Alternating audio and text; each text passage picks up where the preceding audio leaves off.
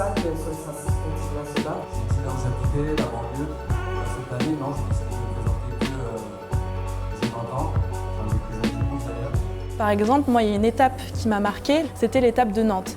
Et en fait, il y avait de jeunes gens qui nous disaient qu'ils étaient dans un quartier où les gens n'étaient plus amenés à se rencontrer. C'était des jeunes, peu importe leur origine, qui n'avaient par exemple jamais rencontré de juifs. Et qui en fait en avaient une image très, très médiatique et pas très belle, pas normale, quoi.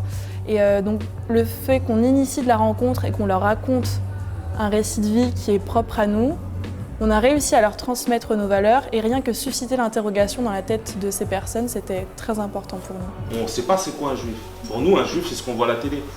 C'est-à-dire c'est un sioniste, c'est-à-dire il tue les Palestiniens, ça veut dire que c'est le grand méchant loup. Et la première fois qu'on m'a mis face un peu à mon statut de juif, c'est à la fac. Donc quand j'ai dit que j'étais juif, on m'a mis direct face à la situation en Israël. Je l'ai regardé, je lui ai dit mais en fait, je te dois aucun compte, ça veut dire je suis française.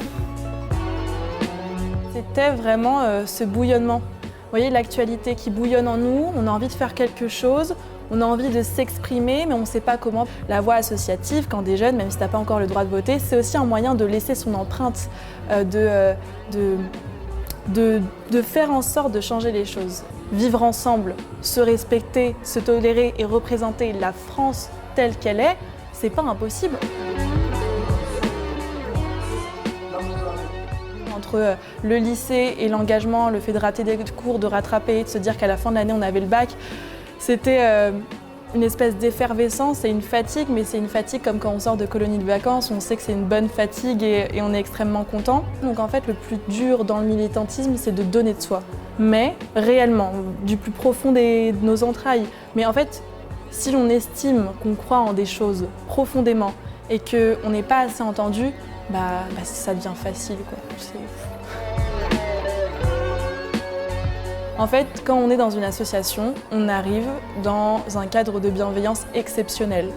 Peu importe notre âge, et moi c'est ce qui m'a bouleversée chez SOS Racisme, c'est que j'étais à peine arrivée, qu'on me prenait au sérieux, même si j'avais 17 ans et qu'il y en a qui avaient le triple de mon âge.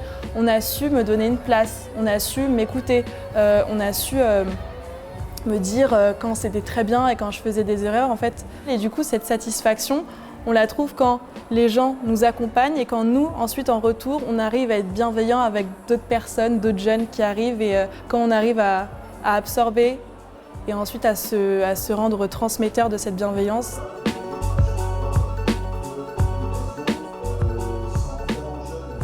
On ne peut que le qualifier d'aventure.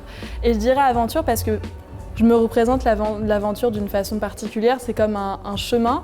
Et en fait, on ne peut pas visualiser ce qui va nous arriver. Et c'est toujours sinueux, mais c'est toujours plaisant. Et le militantisme, c'était vraiment ça. Ça fait 1 an.